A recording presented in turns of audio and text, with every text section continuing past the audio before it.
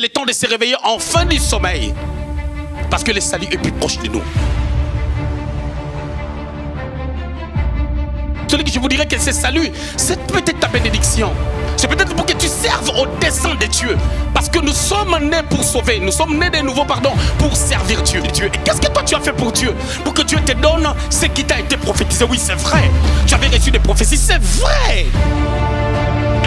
Et si toi tu avances bien avec Dieu, tu dois prendre cette première place. Et si tu ne te bats pas, lui gardera la première place. Et toi tu tomberas dans le péché parce que tu ne seras pas là où Dieu veut pour toi. Et tu vas créer un chômeur un chômage dans l'endroit où tu devais être. Voilà, nous allons parler de sortir du sommeil spirituel. Normalement, j'avais réparti, ça c'est vraiment un message préparé, j'avais réparti mon enseignement en 6 parties. Le premier point, ça sera la définition et l'introduction générale du thème.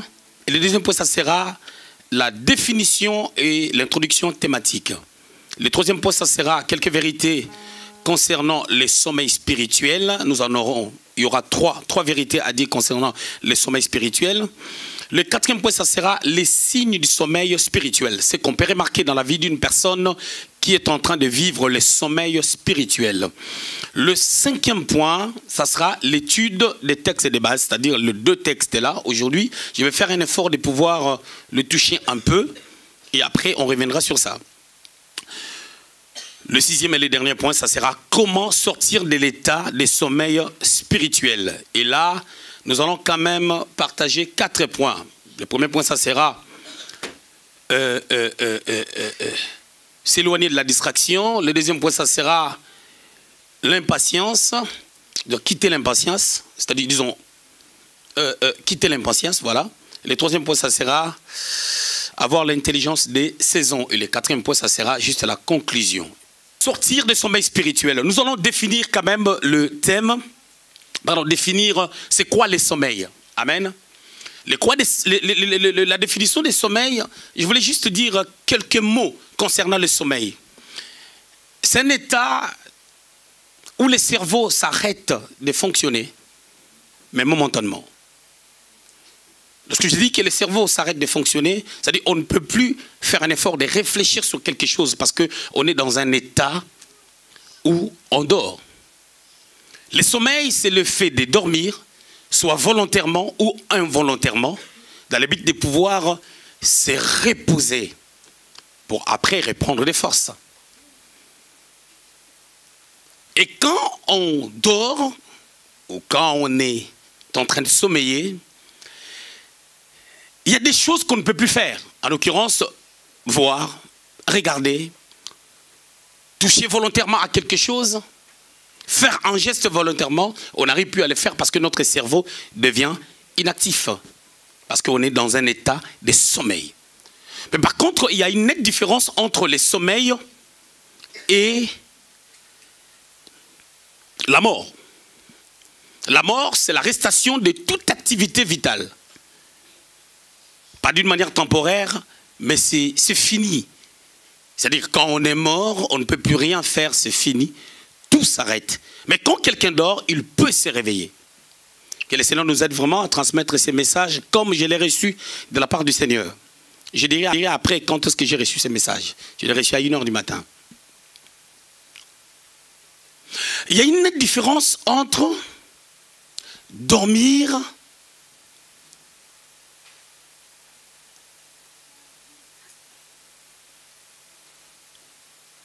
Je disais, il y a une nette différence entre dormir et mourir.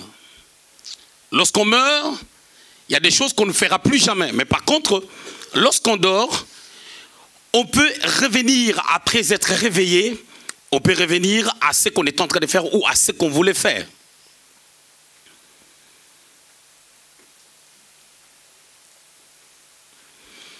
Il y a encore une nette différence entre la somnolence et le fait de pouvoir dormir. Lorsqu'on somnole, on se bat avec le sommeil. Et lorsqu'on dort, on ne se bat pas avec le sommeil. On est complètement endormi.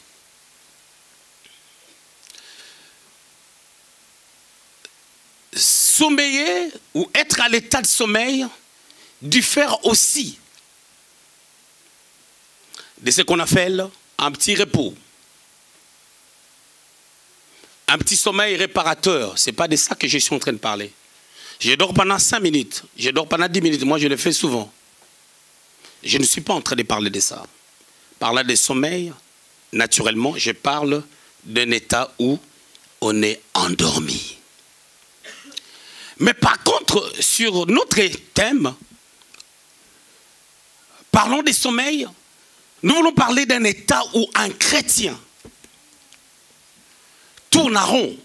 Un chrétien qui est né de nouveau, c'est-à-dire quelqu'un qui a reçu Jésus comme Seigneur et Sauveur, ne connaît plus les progrès, n'avance plus avec Dieu.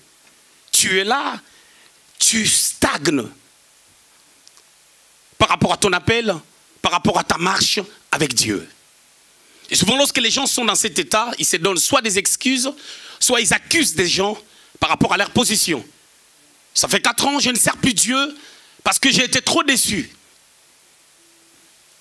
Ça fait 2 ans, je ne sers plus Dieu parce que j'ai été trop déçu. Je ne sers pas Dieu parce qu'on ne m'a jamais compris, parce qu'on ne comprend pas ce que j'ai dit, parce que j'amène les idées, mais on ne les reçoit pas.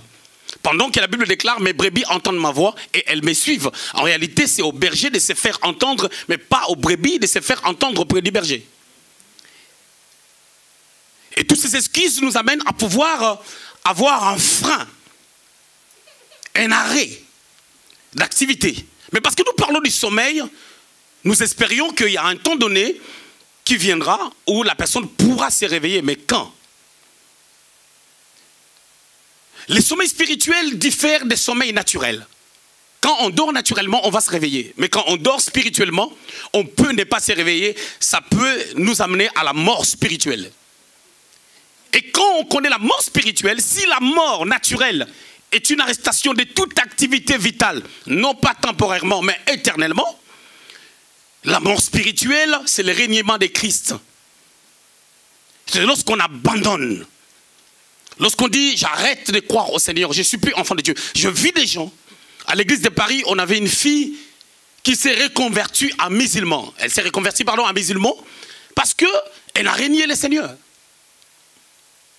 Ça arrive qu'on renie le Seigneur, qu'on renie la foi. On abandonne tout. Et on peut le voir dans la Bible, dans le livre d'Un Samuel, comment est-ce que Saül a régné Dieu, parce qu'elle est partie consulter la femme qui évoquait les morts. Pourquoi? Parce qu'il a prié à Dieu, Dieu ne l'a pas répondu. Et parce que Dieu ne l'a pas répondu, il s'est tourné vers le diable, vers ceux-là qui invoquent les morts. On peut les voir dans la vie de Salomon. Salomon qui avait une gloire incontestable, à telle enseigne que lorsque la reine de Séba s'est approchée de Salomon, la reine de Séba a vu au-delà de ce qu'elle avait entendu de Salomon. Mais à un moment donné, Salomon a pris tellement de femmes et ces femmes ont détourné son cœur vis-à-vis de son Dieu. Il a commencé à adorer d'autres dieux. Et lisez les livres d'Ecclésiaste, vous pouvez vous faire l'idée de la manière dont Salomon est en train de parler. Il dit, par exemple, au Ecclésiaste chapitre 5, il dit, lorsque j'étais dans le jour de ma vanité, au chapitre 7, il parle de ces choses. Comment est-ce qu'il était complètement égaré? Ça n'arrive pas aux autres. Il est possible de s'égarer, de connaître les sommeils spirituels. On peut voir dans la vie de Salomon, beaucoup de personnes se posent des questions. Est-ce que Salomon était revenu à Dieu? Oui, Salomon était revenu à Dieu. Tu peux le voir dans Ecclésiaste et dans Proverbes. Comment il parle de certaines choses et il parle même de ses erreurs et des choses qu'il a apprises dans la course de sa vie, dans le jour de sa vanité. Il était revenu à Dieu. C'est après qu'il a écrit ces choses. Après avoir acquis de l'expérience et de la sagesse. Plusieurs personnes vivent dans l'état de sommeil spirituel.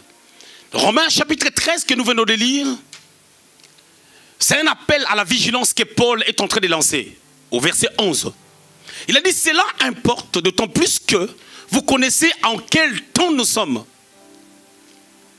Il est difficile des fois de savoir que nous sommes en train de vivre déjà dans les sommeils spirituels. Et pour arriver à connaître les sommeils spirituels, comme dans les sommeils naturels, on commence à somnoler. Lorsqu'on monte sur les lits, on commence à somnoler. On ne dort pas encore, on somnole et après le sommeil nous prend. Il y a des petites choses qui montrent déjà que cette personne est en train d'aller vers le sommeil spirituel. Romains chapitre 13, verset 11. Il s'agit bien de l'église de Rome. Cette église a été bâtie non pas par Paul, non pas par Pierre. Mais cette église, selon l'histoire, a été bâtie par ceux-là qui ont assisté à la Pentecôte. Vous savez, il y a des églises qui ont été bâties par des personnes qui n'étaient pas des professionnels. Comme l'église d'Antioche. Dans Actes des Apôtres, chapitre 11, on peut voir l'église d'Antioche. Ça a été bâti non pas par des professionnels, mais par aussi des personnes qui étaient sorties de Jérusalem en partant maintenant, en fouillant, parce que Étienne était mort. Acte chapitre 7. Au chapitre 8, on peut voir comment est-ce que Paul prend des lettres pour aller massacrer les églises à Damas. On voit Philippe s'est retrouvé dans la Samarie. Juste après, il a rencontré l'énigme éthiopien. Il y a d'autres personnes qui étaient parties et en fouillant, ils étaient en train d'annoncer la parole de Dieu jusqu'à ce qu'ils sont arrivés à Antioche. Acte chapitre 11, ils ont commencé l'église d'Antioche. C'est cette église d'Antioche, dans Acte chapitre 13, 1 à 3, qui avait reconnu Paul comme apôtre et il est parti avec Barnabas en première mission en Asie.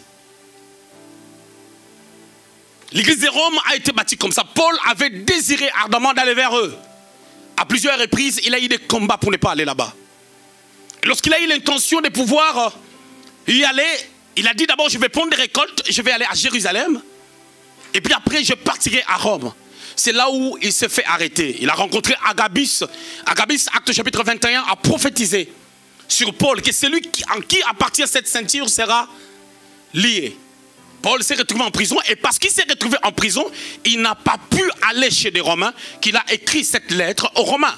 Et nous bénéficions de ces chefs-d'œuvre juste parce que Paul était en prison.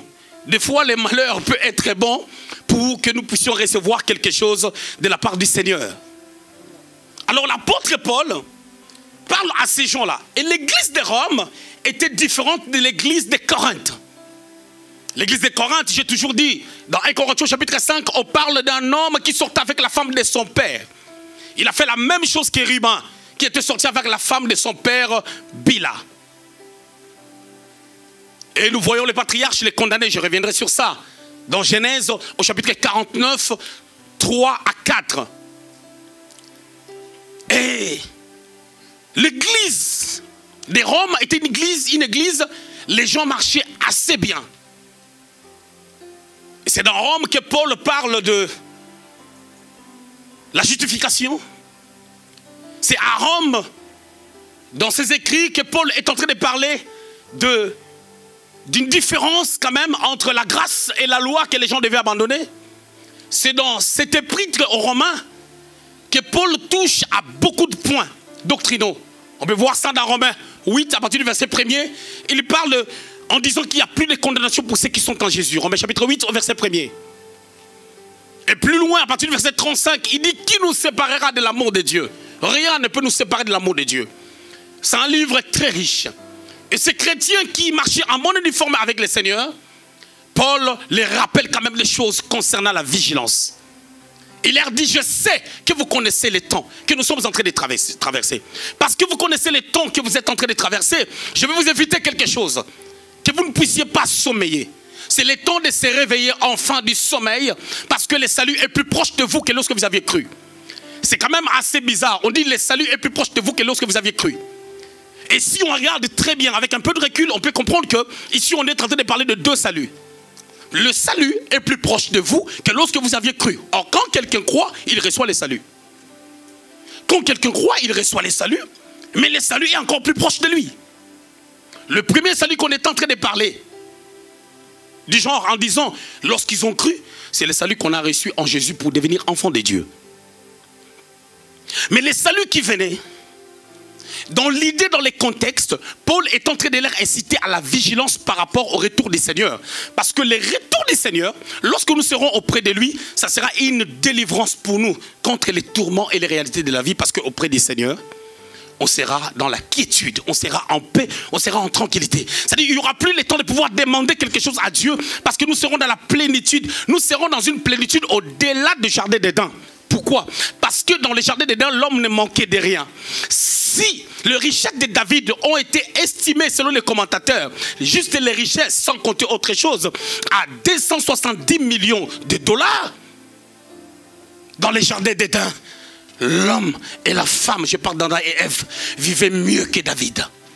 Si les richesses de Salomon ont été estimées à des montants qu'on ne peut pas calculer parce qu'il y en avait tellement beaucoup, dans les jardins d'Éden, l'homme et la femme vivaient mieux que Salomon. Mais lorsque nous serons auprès de Dieu, nous serons mieux que Salomon. Parce que Salomon, malgré tout ce qu'il avait, il avait la culpabilité lorsqu'il s'égarait. Il était aussi dans les tourments. David, malgré, à un moment donné, il avait atteint les sommets. Il a vu la corruption. Et auprès de Dieu, on ne verra pas la corruption. Tout sera bien. Tout sera merveilleux. Dans les contextes, Paul parle de ça. Mais s'il faut prendre ça, et cette dimension est une dimension prophétique parce que ça parlait des choses du futur. Mais si on doit prendre ça dans la dimension apostolique, nous allons dire que même pour que nous puissions hériter le royaume des cieux, il nous faut la vigilance. Cette vigilance nous permet de ne pas être dans l'état de sommeil. Et que dans la vie de tous les jours, certaines choses demandent une certaine manière de voir les choses ou un certain comportement à avoir pour atteindre ces choses. C'est là où maintenant je vous dirais que ce passage de Romains chapitre 13 verset 11 pour nous, ça nous parle aussi de la vigilance qu'on doit avoir par rapport à nos bénédictions, par rapport à notre équilibre, par rapport à la marche avec Dieu, par rapport à la manière à servir le Seigneur. Il dit c'est le temps de se réveiller en fin du sommeil. Une église qui évoluait bien peut être dans le sommeil spirituel. Oui, ça peut arriver que tout va bien, mais il y a le sommeil spirituel. Il y a une différence entre la pensée exacte du sommeil spirituel et la foule qu'on peut réunir. Vous savez, quand le Seigneur est en train de prêcher la parole de Dieu, il manquait tout ce que les pharisiens avaient. Lui, il n'avait pas un endroit où il mettait des gens régulièrement pour apporter la parole de Dieu, mais les pharisiens avaient les temples, où les gens se réunissaient en masse pour écouter la parole de Dieu. Lui, il allait de lieu en lieu, mais ils étaient stables. En d'autres termes, il pouvait dire que vous ne voyez pas que cette église est dans l'instabilité parce qu'il manque même des locaux. Lui-même, le Seigneur dira que le Fils de l'homme n'a pas un endroit où mettre sa tête, juste parce qu'il s'est fait pauvre pour que nous soyons bénédictions. C'est-à-dire, le Seigneur s'est permis de pouvoir aller de lieu en lieu, des fois ne sachant pas là où il va dormir, parce qu'il est en train de faire un ministère ambulant. Mais quand tu regardes même là où il était né, tu peux te poser la question, mais comment les maîtres, comment les seigneurs de toutes choses pourraient naître dans cet endroit?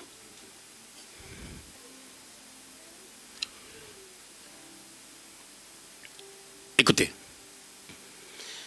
quelques vérités concernant le sommeil spirituel.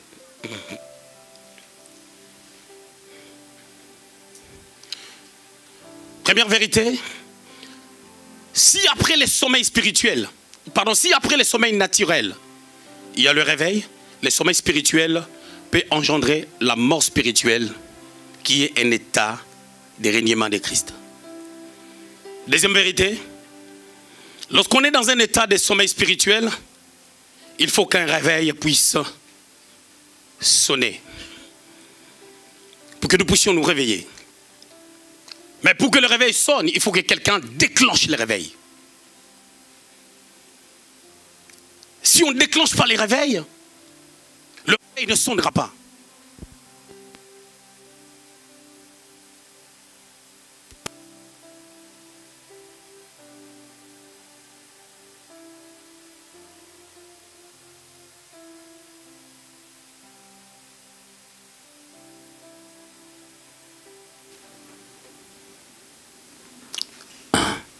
L'apôtre Paul dit, comment est-ce que les gens seront sauvés si il n'y a pas de prédicateur qui leur annonce la parole de Dieu? Il faut qu'il y ait un déclencheur. Tu diminues un peu s'il te plaît? Il faut qu'il y ait un déclencheur. Il faut qu'il y ait quelqu'un qui va déclencher les réveils pour que les gens quittent les sommeils spirituels. Mais qu'est-ce que c'est compliqué lorsqu'on est déclencheur, lorsqu'on est dispensateur? Là, la bonne nouvelle, pour amener les gens à se réveiller. De la même manière que dans le sommeil naturel, lorsqu'on dort, On doit se réveiller très tôt le matin pour aller travailler. Le réveil sonne. On se réveille avec difficulté, on boude même. Mais on doit aller travailler parce que c'est par là qu'on gagne notre vie. On doit aller à l'école parce que en partant à l'école, après on aura un diplôme et puis après la vie sera bien. Et même moi, des fois les dimanches, j'ai toujours du mal à dormir entre la nuit de samedi et dimanche. Et les dimanches matin, je ne dors pas beaucoup et quand les réveils sonnent, oh là là. Et j'ai l'habitude de me réveiller tous les dimanches à 8h30. Aujourd'hui, je me suis réveillé à 7h. 1 heure de sommeil que j'ai perdu. Coupure de sommeil. Gargouillement ventral. Je dois me réveiller, dire Seigneur, qu'est-ce qui se passe? Mais je dois prêcher tout à l'heure, il faut que je dorme. J'ai compris que le Seigneur voulait que je prie. Des fois, Dieu me pousse à prier par des petites choses. Des fois, j'ai mal à la dent, j'ai pas la carie, j'ai mal à la dent. Je comprends que Dieu m'appelle à prier. Des fois, j'ai mal quelque part. Je sens que je dois prier. Il faut qu'il y ait quelqu'un qui déclenche le réveil, qui met les réveils dans un appareil et pour que le réveil sonne. Et de la même manière que naturellement, quand le réveil sonne, nous sommes dérangés, c'est de la même manière que je vous dérange. Et quand je te dérange, tu es dans le sommeil spirituel. Si je ne te dérange pas, tu n'es pas dans le sommeil spirituel. Quand tu choisis des messages, tu dis ça me plaît, ça me plaît pas. Ça m'énerve, ça c'est quand il dit ça, moi je suis pas content. Tu es dans le sommeil spirituel. Ça sont des vérités concernant le sommeil spirituel. Troisième vérité concernant le sommeil spirituel. Si pour se réveiller naturellement, on a besoin d'un appareil de réveil, pour le sommeil spirituel, on a besoin de l'homme de Dieu. Premièrement. Et deuxièmement, pour le réveil spirituel, on a besoin d'un événement. Il y a des choses, il y a des événements qui nous font réfléchir. Il y a des situations qui se passent dans le monde entier qui doivent nous faire réfléchir. Matthieu chapitre 24, Jésus, au sortir du temple, on lui pose une question. Est-ce que tu vois des belles constructions du temple? Il commence à parler. Il dit, ça va tomber, il ne restera pas pierre sur pierre, parce qu'ils n'ont pas connu le temps où ils ont été visités. Il parlait de Jérusalem. Il commence à parler que lorsque vous verrez les tremblements de terre, lorsque vous verrez des guerres, une nation s'élever contre une autre nation, ce n'est pas encore la fin, c'est le début de toutes ces choses, c'est le début juste des souffrances. Et que ces événements doivent enseigner aux gens en quel temps nous sommes. Et que c'est le temps de se réveiller en fin du sommeil. Parce que le salut est plus proche de nous. Et le salut que nous sommes en train de parler, on avait dit que selon Paul, dans les contextes, il parlait du jour du Seigneur. Quand le Seigneur va venir chercher son église. Mais sur le plan apostolique, je vous dirais que ce salut, c'est peut-être ta bénédiction. C'est peut-être pour que tu serves au dessein de Dieu. Parce que nous sommes nés pour sauver. Nous sommes nés de nouveau, pardon, pour servir Dieu. Et jusque-là, tu es où? Nous sommes nés de nouveau pour servir Dieu. Tu es né où? Et tu attends quoi de la part de Dieu? Et qu'est-ce que toi tu as fait pour Dieu? Pour que Dieu te donne ce qui t'a été prophétisé. Oui, c'est vrai. Tu avais reçu des prophéties, c'est vrai. Mais écoutez, ce qui est encore bizarre, tes prophéties que tu as reçues, de la part, je ne sais pas, ici ou ailleurs, si tu vois un bon marabout, un bon voyant qui se voit des choses, il te dira aussi la personne que tu es ou ce qui peut arriver dans ta vie. Mais sauf que l'accomplissement, c'est la zone de Dieu, c'est le monde de Dieu, c'est la part de Dieu. Est-ce que vous savez que le diable donne aussi? Le diable peut donner, mais c'est la bénédiction de l'Éternel qui enrichit. Et Dieu ne l'a fait suivre d'aucun chagrin.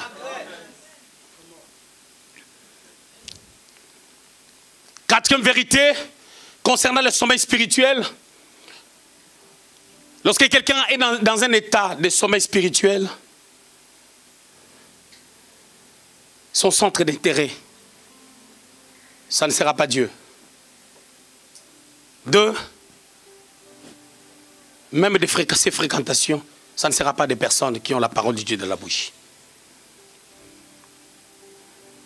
Ça, c'est juste 4 vérités que je voulais donner concernant le sommeil spirituel. 4e point. Le signe de sommeil spirituel. En quoi on peut reconnaître que ça, c'est un état de sommeil spirituel? En quoi on peut reconnaître que non, la personne ne somnole pas? J'avais dit qu'il y avait une nette différence entre la somnolence et le sommeil. Par quel signe on peut reconnaître que la personne ne se bat pas avec le sommeil, mais elle s'est endormie déjà?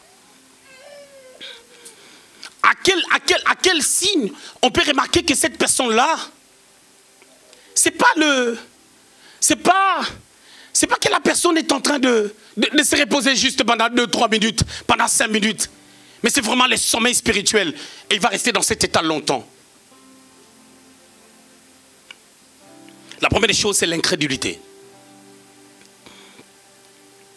La première des choses qui montre qu'on est dans un état de sommeil spirituel. Bien aimé le Seigneur, on peut naître de nouveau, c'est quelque chose. Aussitôt qu'on est né de nouveau, on est dans un sommeil spirituel. On est chrétien depuis 8 ans, mais on est dans un sommeil spirituel.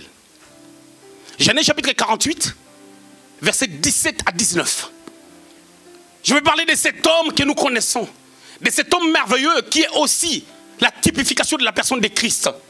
Il est venu chez les siens ne l'ont point reçu. De la même manière que Jésus était venu chez les siens ne l'ont point reçu. Je parle de Joseph. Genèse chapitre 37, il est parti vers ses frères. Ses frères ont dit, voici le faiseur des songes. Attrapons-le et tuons-le. Et comme Jésus, il est venu chez les siens ne l'ont point reçu. Je voulais parler de cet homme, Joseph, que son père l'aimait. Son père l'aimait tellement, il lui a donné une robe bigarrée. La Bible déclare dans Jean 3,16, Dieu a tant aimé le monde, il a donné son fils. Et ce fils-là, c'est son fils bien-aimé. Et le jour de son baptême, une voix se fit entendre. Celui-ci est mon fils bien-aimé en qui je mis toute mon affection.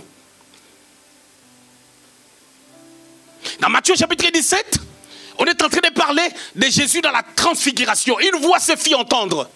Celui-ci est mon fils bien-aimé. Écoutez-le. Joseph, qui était le bien-aimé de son père, là par ricochet, le père prend un peu l'image de Dieu. Et Joseph prend l'image de Christ. Cet homme, après avoir servi au dessein de Dieu, pourquoi? Parce que le plan de Dieu pour Joseph était qu'il soit un sauveur de sa famille. Et quand il sera sauveur de sa famille devait devenir une grande nation. Et ils vont commencer à s'agrandir dans une nation étrangère.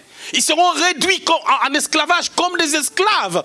Et Dieu allait le visiter 400 années après.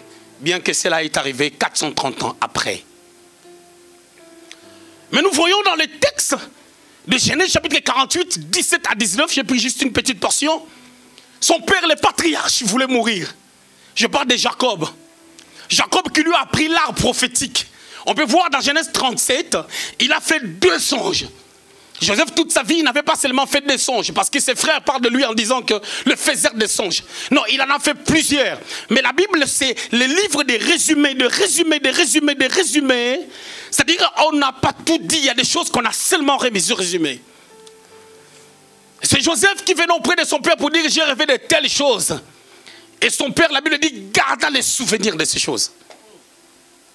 Parce qu'il connaissait l'ampleur de ces choses.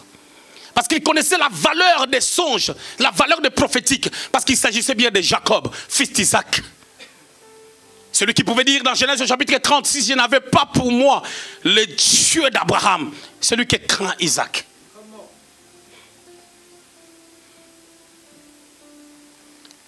Cet homme maintenant, il prend Manassé et Ephraïm, les enfants de Joseph. Ephraïm était le petit frère. Manassé était l'aîné. Il impose sa main droite sur Ephraïm afin de nous donner la première place. Pourquoi? Parce que Ruben était monté sur sa couche. Ruben était sorti avec Bila, qui était la concubine de son père. Et par cet acte, il a perdu la première place. Pourquoi? Parce que Dieu donne la première place à certaines personnes par position et Dieu les donne à certaines personnes par choix. Papi Kambembo vient après plusieurs filles, mais Dieu lui a donné la première place dans sa famille. Exoselungu est 5e de sa famille, mais Dieu m'a donné la première place par choix, pas par position. Par position, c'est Willy Lungu, qui est l'aîné de la famille. Mais par choix, c'est moi. Et lui, il vient après moi.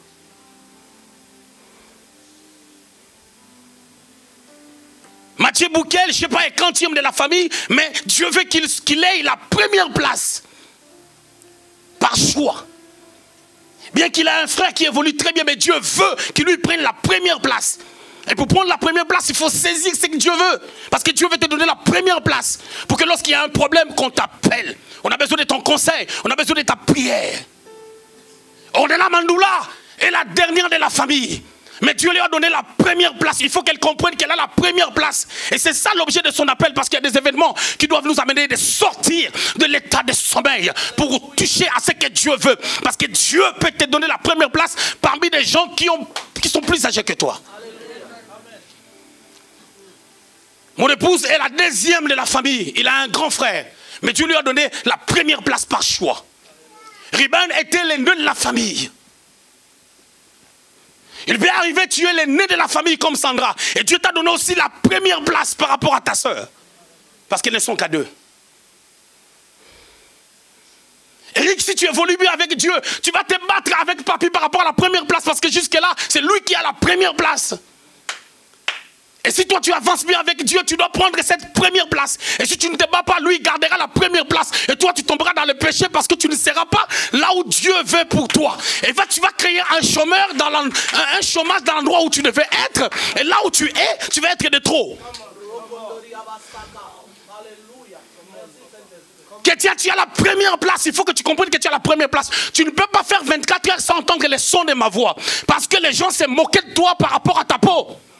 Et il y a quelqu'un que Dieu a utilisé pour te sortir de là. Et aujourd'hui, tu te sens à l'aise. Tu fais des émissions, tu es tellement peinard. Les gens t'apprécient. Et tu dois comprendre qu'il y a une onction qui t'a sorti du tombeau. Et tu ne peux pas vivre comme les autres personnes. Tu ne peux pas vivre comme tout le monde. Tu as la première place dans ta famille. Et tu dois garder cette première place.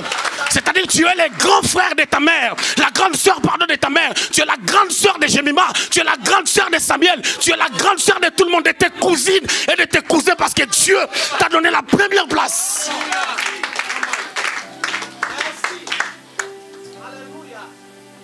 Et pendant qu'on est en train de mettre Ephraïm comme premier-né, prophétiquement, l'incrédulité, c'est l'incapacité de croire et d'accepter.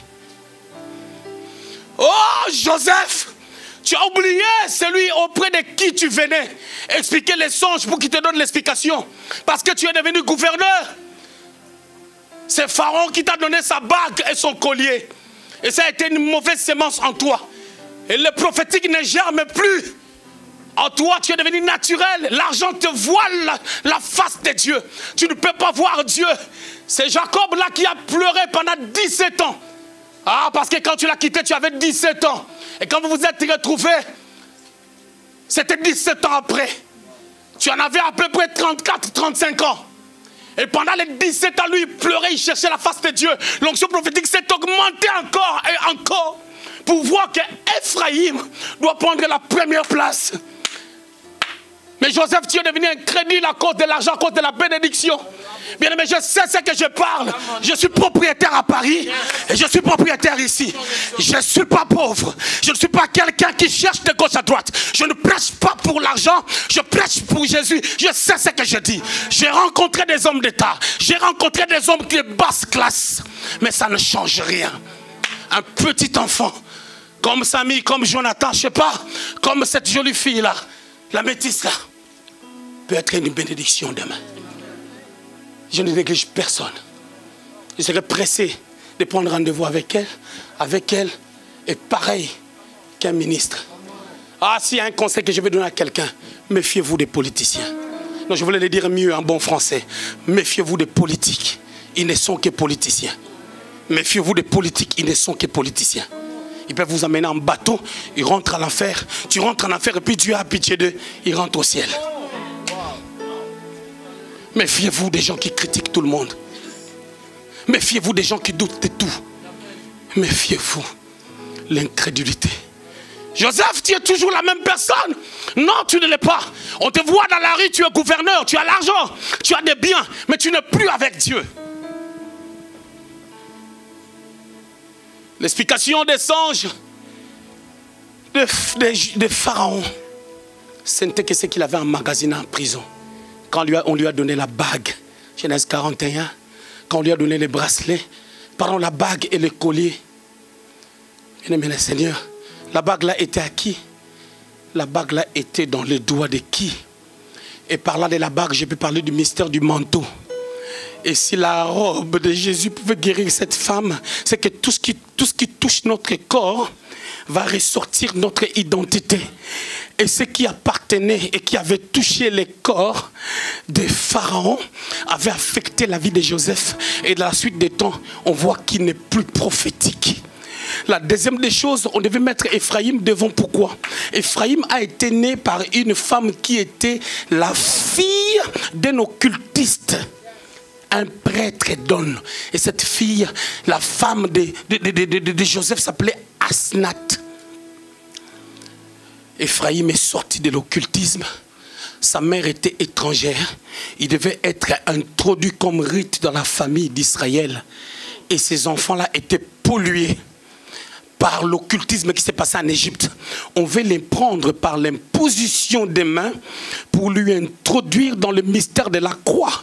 Comme quand Jésus était à la croix, quand il a dit tout est accompli, la première des choses qu'il avait accompli, c'était l'intronisation des païens que nous sommes. Le Belge, le Français, les Camerounais, les Congolais, les Ivoiriens, les Luxembourgeois. On a été introduits. Quand il disait tout est accompli, c'est-à-dire que c'était tout. Nous tous, on est entrés dans la famille de Dieu. C'est là où Paul dit que nous avions été greffés dans l'olivier maîtresse.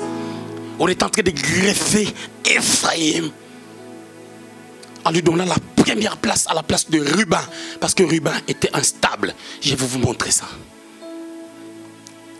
Mais Jacob doute, manifeste l'incrédulité, la capacité de ne pas croire.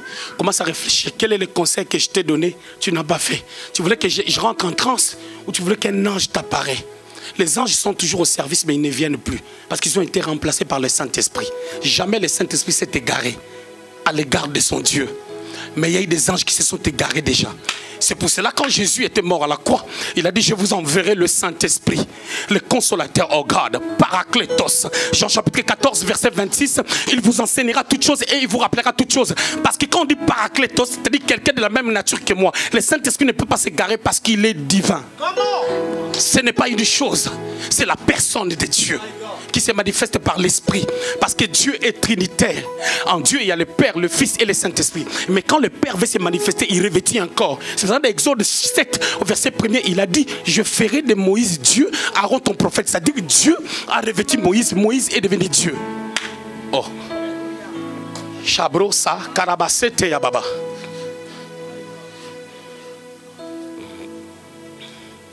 L'incrédulité comme premier signe du sommeil spirituel. L'incrédulité, la capacité de ne pas croire. Quand je dis la capacité de ne pas croire, c'est une force. C'est plus fort que toi. Et quand ça atteint son comble, on ne se rend plus compte qu'on est incrédule. Moi, je ne crois à rien. Moi, je ne crois à rien. Quand les gens prophétisent, leurs prophéties, c'est des prophéties de marche courte. Je ne crois à rien. Non, c'est l'incrédulité. Dieu peut te parler 2 mots seulement, le faible mot, mais c'est le Seigneur qui a parlé. Mais Dieu peut te parler beaucoup, des prophéties de marche longue, mais tu n'as rien compris. Deuxième signe de sommeil spirituel, les doutes des actes et des paroles de celui qui t'a appris l'art prophétique. Joseph, tu contestes qui? Tu contestes celui qui t'a appris l'art prophétique? Lisez ce passage, si Eddie peut nous mettre ça. Genèse chapitre 48, 17 à 19. Mais le verset 18. Et Joseph dit à son père, pas ainsi mon père, car celui-ci est le premier-né. Pose ta main droite sur sa tête. Hey! Joseph, tu doutes. Toi, tu étais l'avant-dernier de la famille. On t'a donné la robe bigarrée. Celui qui portait cette robe bigarrée, lorsque le père finissait de se servir, ça devait être l'aîné, Ruben, qui devait se servir à table. Et toi, tu te servais tout de suite à cause de cette prééminence. À cause de cette robe. Tu as oublié ce mystère parce que Pharaon t'a mis une sémence. Tu commences à douter des actes de celui qui t'a montré l'art. Des actes de celui que tu as honoré hier. Tu oublies. Parce qu'il est devenu vieux. Parce que Jacob était au soir de sa vie. Pour se tenir même debout, il a maximisé des forces. Il s'est appuyé sur un bâton. Or, ce bâton-là était Christ. Mais Joseph n'avait aucun bâton.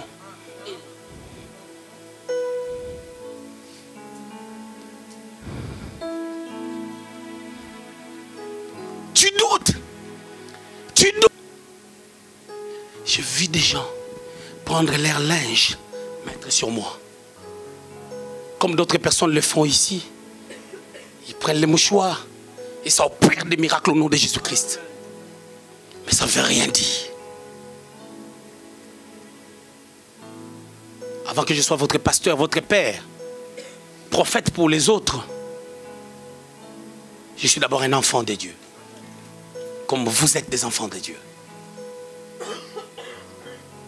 Joseph, est-ce que tu sais la personne à qui tu dis non papa, ça ne doit pas se faire ainsi? Est-ce que tu connais cette personne? Tu as oublié le passé? Beaucoup de personnes ont oublié le passé. Il est facile d'oublier. Il est facile d'oublier là où Dieu t'a pris. Il est facile d'oublier ce que Dieu a fait. C'est un signe d'un sommeil spirituel. Parce que celui qui dort, il a tout oublié. Celui qui dort, oublie tout. La conscience est endormie parce que le cerveau ne tourne plus.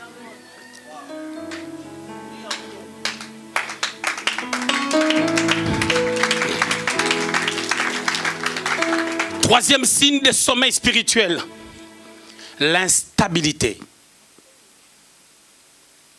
L'instabilité. Troisième signe de sommeil spirituel. Écoutez, je veux dire quelque chose précipitamment. Jeune fille, ne te marie pas pour régler les problèmes sexuels. Parce que si c'est pour régler les problèmes sexuels, quand ça ne marchera pas au lit, parce que tu ne connais pas toutes choses de la vie, demain tu tomberas encore amoureuse de quelqu'un d'autre qui est plus beau que ton mari. Parce qu'il y a toujours quelqu'un qui est plus beau que nous. Il y a toujours quelqu'un qui parle bien plus que nous. Il y a toujours quelqu'un qui charme mieux. Il y a toujours quelqu'un qui a de l'aisance plus que nous. Dans mon parcours avec Dieu, j'ai vu des gens. J'ai vu des femmes mariées, 40 ans, 50 ans ou plus, tomber amoureuses d'autres hommes avec des enfants. Et le soir, elle est dans la sexualité avec son mari. Quand son mari regarde de l'autre côté, elle fait ça. Elle pense à l'autre. C'est la source de son plaisir. L'instabilité. C'est juste lorsqu'on n'est pas stable. Et la stabilité, c'est le fait d'être équilibré. Et le fait d'être équilibré, c'est le fait d'être constant. Et être constant, c'est le fait de savoir qu'est-ce qu'on doit faire, là où on doit mettre son pied, peser le pour et le contre, savoir le vrai et le faux, tout en étant équilibré. Comme je disais tout à l'heure, je ne dis pas que quelqu'un ne peut pas témoigner comme Sandra a témoigné. Mais quand même tu témoignes, Dieu honore Dieu. Quand tu témoignes, honore la source. Comme elle était en train de faire. Je veux que vous imposiez les mains à vos enfants. Je veux que vous exerciez les dons. Mais restez humble. Parce qu'il y a des gens qui ont sorti des jambes des gens. Et puis Fanny là avait la jambe courte. Je l'ai tirée. Tu te souviens encore? Et puis, Maglo. Et puis Fanny avait des béquilles. Elle a jeté ça sous mon onction. Elle était tombée à mes pieds. N'oublie pas, ma fille. Et reste là. Dieu te visitera. Reste là. Tu dois avoir un témoignage.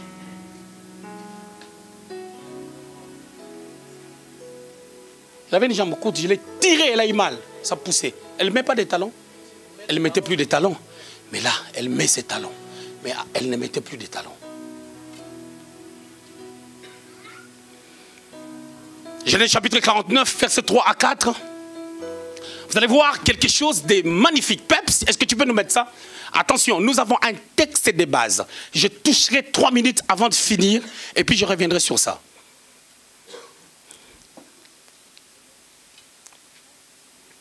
Ruben, toi mon premier-né. Là, Jacob est en train de prophétiser maintenant sur ses enfants. Il voulait mourir. Ruben, toi mon premier-né. Ma force est le prémisse de ma vigueur. Supérieur en dignité et supérieur en puissance. On continue. Impétueux comme les eaux, tu n'auras pas la prééminence. Car tu es monté sur la couche de ton père. Tu as essuyé ma couche en y montant. Impétueux, ça veut dire instable. Tu es instable comme les eaux. Les eaux sont instables. Quand le vent vient, quand le vent vient, il dit tu es comme les eaux, instable. Instable. Au lieu de garder ta première place, tu perds ta première place en montant sur la couche de ton père. Là où ton père est entré, tu es entré.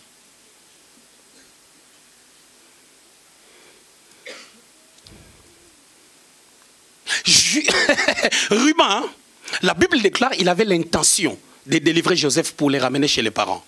Mais dans le contexte où on a pris Joseph, on l'a jeté dans la citerne et tout, on ne voit pas Ruben. On ne parle pas de lui. On dit lorsque Ruben est revenu.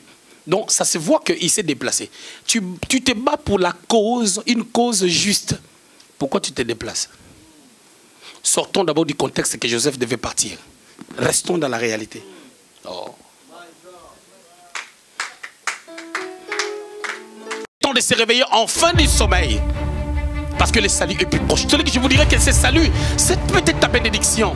C'est peut-être pour que tu serves au dessein de Dieu. Parce que nous sommes nés pour sauver. Nous sommes nés de nouveau, pardon, pour servir Dieu. Et qu'est-ce que toi tu as fait pour Dieu? Pour que Dieu te donne ce qui t'a été prophétisé. Oui, c'est vrai. Tu avais reçu des prophéties, c'est vrai. Et si toi tu avances bien avec Dieu, tu dois prendre cette première place. Et si tu ne te bats pas, lui gardera la première place. Et toi tu tomberas dans le péché parce que tu ne seras pas là où Dieu veut pour toi. Et tu vas créer un chômage dans l'endroit où tu devais être.